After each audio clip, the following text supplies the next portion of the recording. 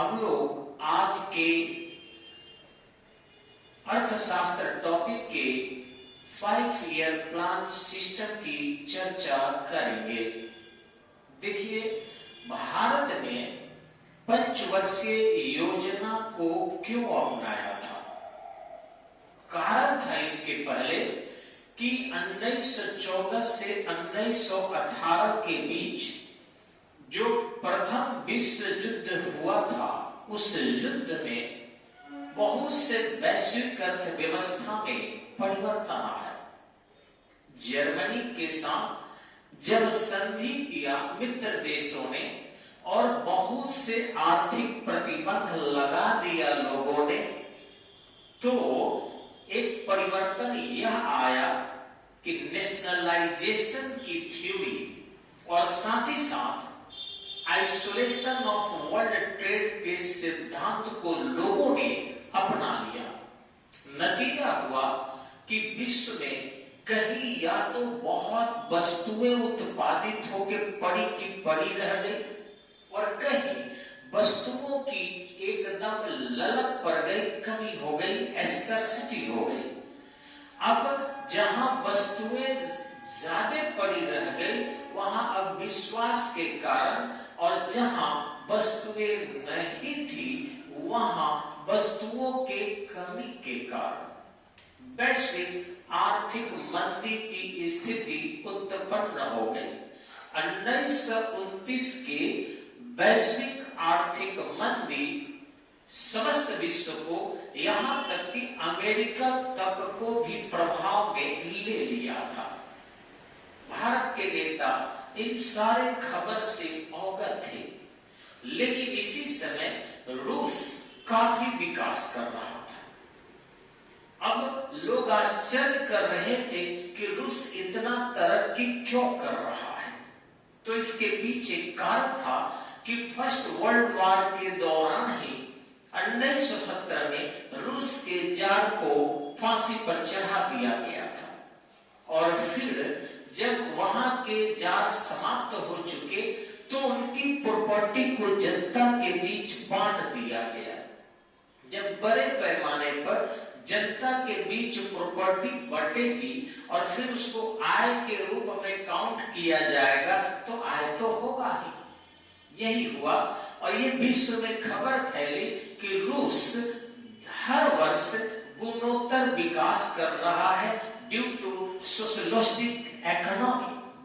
भारत ने भी उसी मॉडल को अपनाने का मन बना लिया और 1934 में मोक्षगुंडम विश्वेश्वरैया, नाम याद रखेंगे आप, मोक्षगुंडम विश्वेश्वरैया ने the plant economy for India नामक पुस्तक लिखी। The plant economy for India नामक पुस्तक में उन्होंने 15 वर्षीय योजना को दिया था। लेकिन चूंकि हम आजाद नहीं थे और कांग्रेस पार्टी इस चीज को नहीं चाहती थी कि इतने लंबे अवधि की योजना बनाकर चले, ऐसी स्थिति में उन्होंने अपने अलग से एक योजना समिति का गठन किया। अब जो आप देखे होंगे मोक्षगुंडम विश्वेश्वरैया के the plant economy for India नामक पुस्तक में भारत के डेवलपमेंट के जो 15 ईयर के सिद्धांत थे, आज आप वैसे ही कुछ 15 ईयर के डॉक्यूमेंट्स को देखेंगे। आप ये मिलता है देखने के लिए, ये अच्छा नहीं है, ऐसा नहीं होना चाहिए था। किस प्रकार के चीज को हम एक्सेप्ट करें, लेकिन आज नीति आयोग 2020 से 2035 तक के लिए आपका लॉन्ग टर्म विजन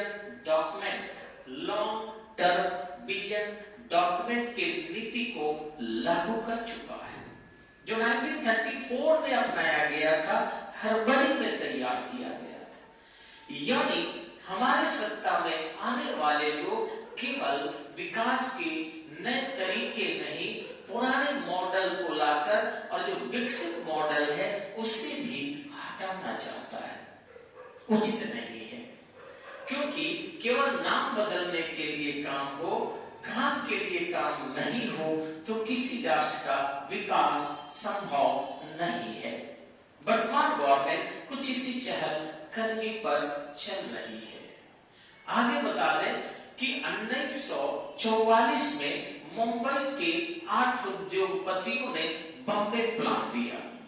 उसी समय में मनवेंद्र नाथ राय ने पीपुल्स प्लान भी दिया था। श्री मन्ना राय 1944 में ही गांधीयन प्लान दिए, लेकिन किसी भी प्लान पर न कांग्रेस सहमत हुई और न ही अंग्रेज। चूंकि जब सुभाष चंद्र बोस कांग्रेस के अध्यक्ष थे 1938 में, उन्होंने जवाहरलाल नेहरू की अध्यक्षता में एक समिति बनाई जिसका नाम योजना समिति था, प्लानिंग कमेटी था। ध्यान रखेंगे, योजना आयोग नहीं, योजना समिति।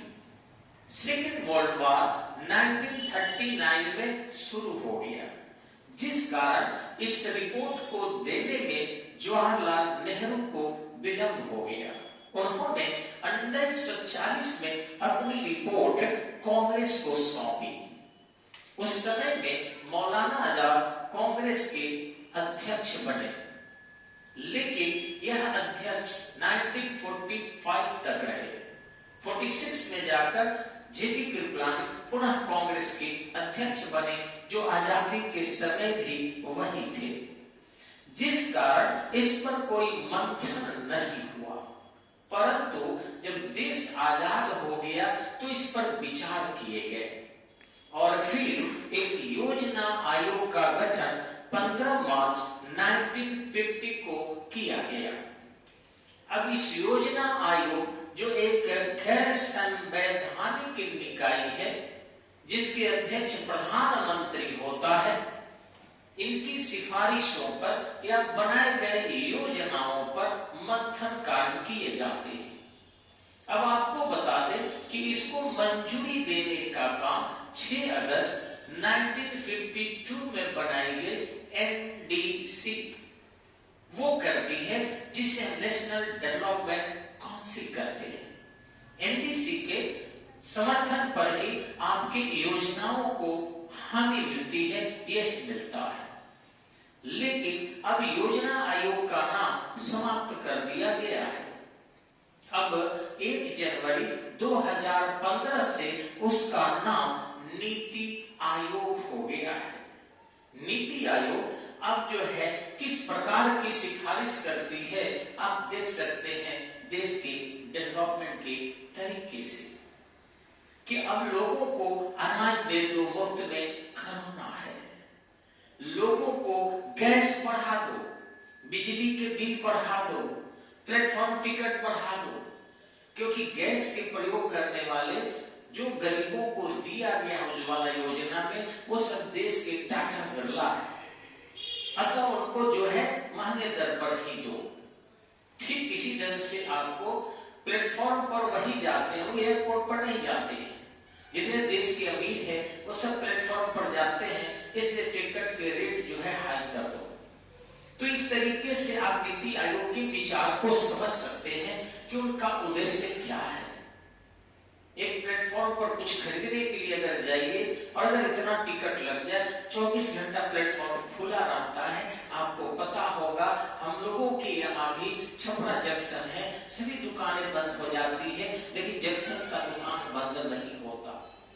जरूरी में कोई चीज अगर घर में जरूरत पड़ जाए तो जंक्शन पर आप जाइए, आपको 24 घंटा खुला रहता है, मिल जाएगा। लेकिन क्या कहें, पहले आपको 10 रुपया का प्लेटफॉर्म टिकट लेना होगा और तब जाके खरीदना होगा।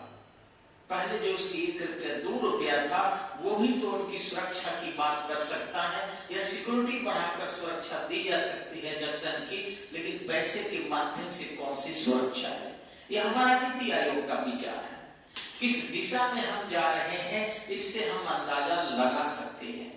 रही बात हमारे इस 5 ईयर प्लान का, तो थोड़ा सा देखेंगे हम यहाँ आकर कि पहली पंचवर्षीय योजना हमारी जो है, आपको ये 22 8 जुलाई से हमने पहली पंचवर्षीय योजना को स्वीकार किया था, यानी इसे हम लागू किए। मान लेते हैं कि हमारी फर्स्ट 5 ईयर प्लान 1 अप्रैल से, या कोई भी वार्षिक योजना, पंचवर्षीय योजना या नीति आयोग की भी योजना, वो 1 अप्रैल से 31 मार्च के बीच चलती है, क्योंकि भारत का वित्तीय वर्ष यही है।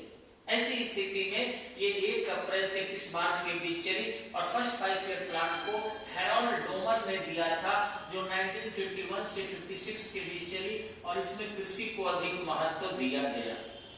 अब दूसरा देखेंगे कि ये जो है पीसी महालनोबिस ने दिया था, और ये 1956 से 1961 के बीच चली थी।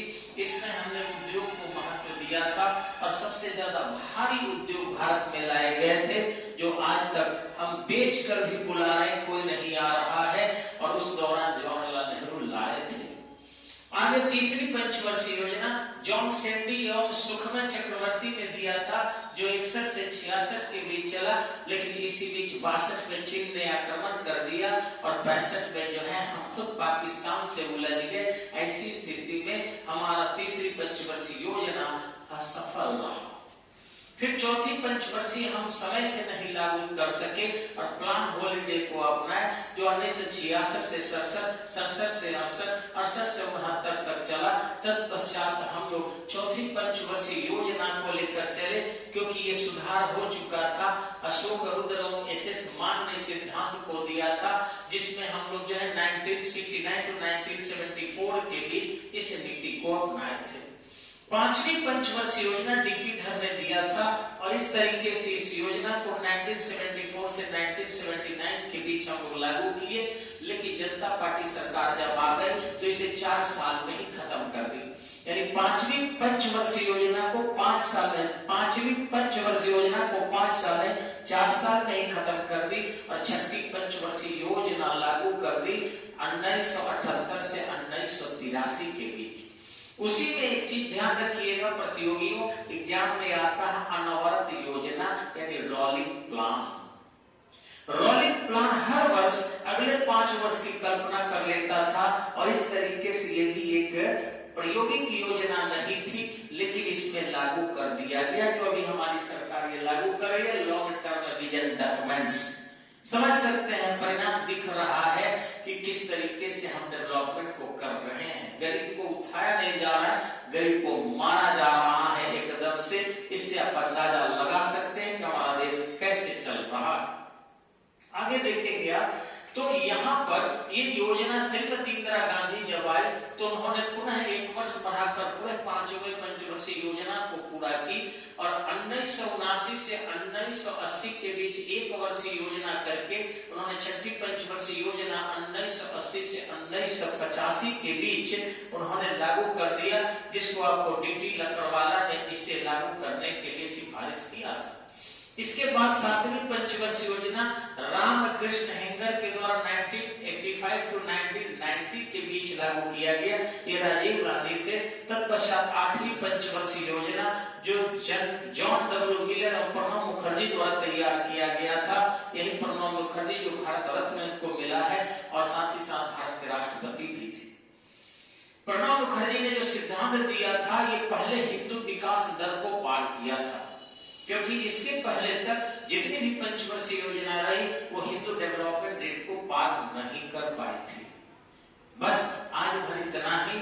कल आपको हम बताएंगे कि ये नवी पंचवर्षीय योजना क्या है, 10वीं कब से कब तक है, ये अगले वीडियो में आप देखेंगे। और फिर एक अलग से वीडियो बनाएंगे जो 1 से 1 पंचवर्षीय योजनाओं के महत्व सूक्ष्म पॉइंट की व्याख्या करेगा।